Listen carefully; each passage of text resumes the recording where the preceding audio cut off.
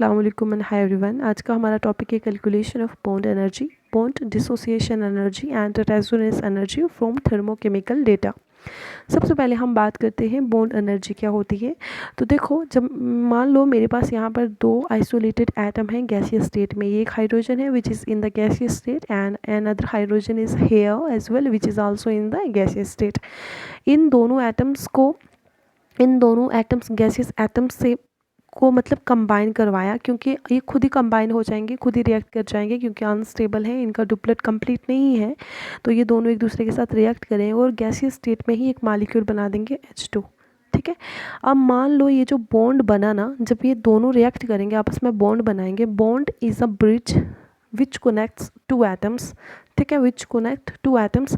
Bond एक ऐसा bridge है जो दो एटम्स को कनेक्ट करता है। ठीक है, और एटम क्या होता है? स्मॉलेस्ट इनडिविजिबल पार्टिकल, जिसको आप फर्दर डिवाइड नहीं कर सकते।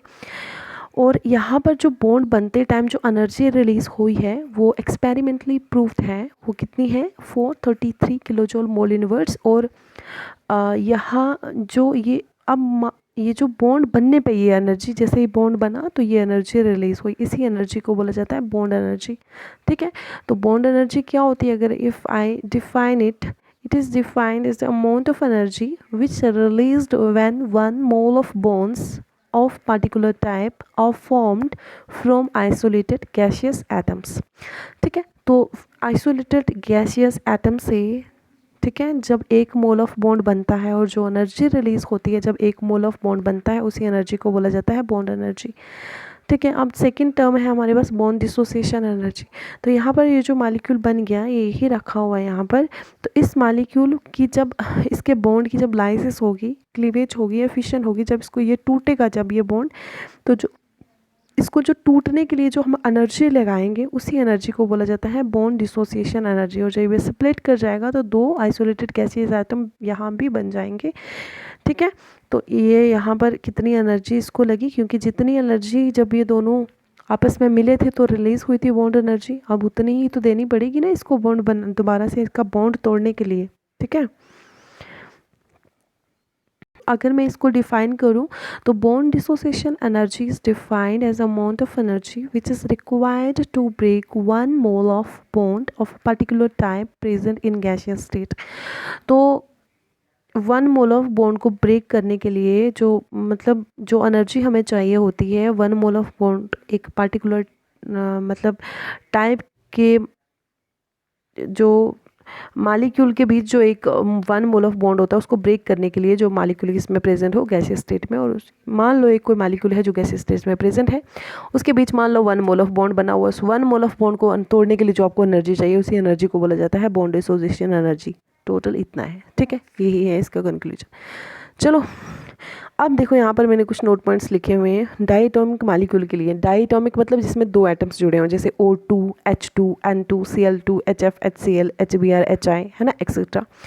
तो इन सब के लिए जो बॉन्ड एनर्जी और बॉन्ड डिसोसिएशन एनर्जी होती है वो इक्वल होती है। देखो यहाँ पर, देखो जैसे जो यहाँ पर H2 डाइएटॉमिक मॉलिक्यूल था, तो इसके लिए बॉन्ड एनर्जी और बॉन्ड डिसोसिएशन एनर्जी सेम है, तो इन सब के लिए कैसी होती है? सेम होती है। अगर if more than 1 bond of a particular type are present, ठीक है, अगर मतलब एक से ज़्यादा टाइप के मोर देन 1 जो if more than 1 bond of a particular type are present, एक से ज़्यादा टाइप के मतलब जो बॉन्ड्स है वो प्रेजेंट है एक मॉलिक्यूल में, तब जो एवरेज बॉन्ड एनर्जी है सच बॉन्ड्स उनकी हम क्या डिटरमाइन कर सकते हैं? Average bond energy. तो एवरेज बॉन्ड एनर्जी मतलब जितने उसमें जितने एटम्स होंगे उनसे डिवाइड कर देंगे तो एवरेज उसका निकल जाएगा। जैसे यहाँ पर हमारे पास हमने फॉर एग्जांपल में लिया है मीथेन, ठीक है, CH4। तो CH4 मॉलिक्यूल्स में 4 CH बॉन्ड्स है ना, 4 CH बॉन्ड, जैसे मीथेन, तो इसमें कितने बॉन्ड है? 4।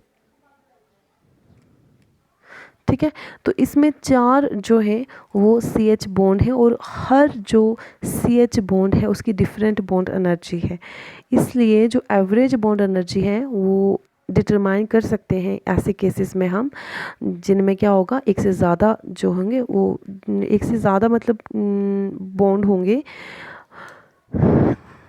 और जो स्टेप्स हैं, step wise bond dissociation energy है मीथेन की, वो हमने यहाँ लिखी हुई है। देखो सबसे पहले CH4 है, ये गैस है मीथेन। तो इसमें मैंने क्या किया, CH3 gas plus H gas, ठीक है।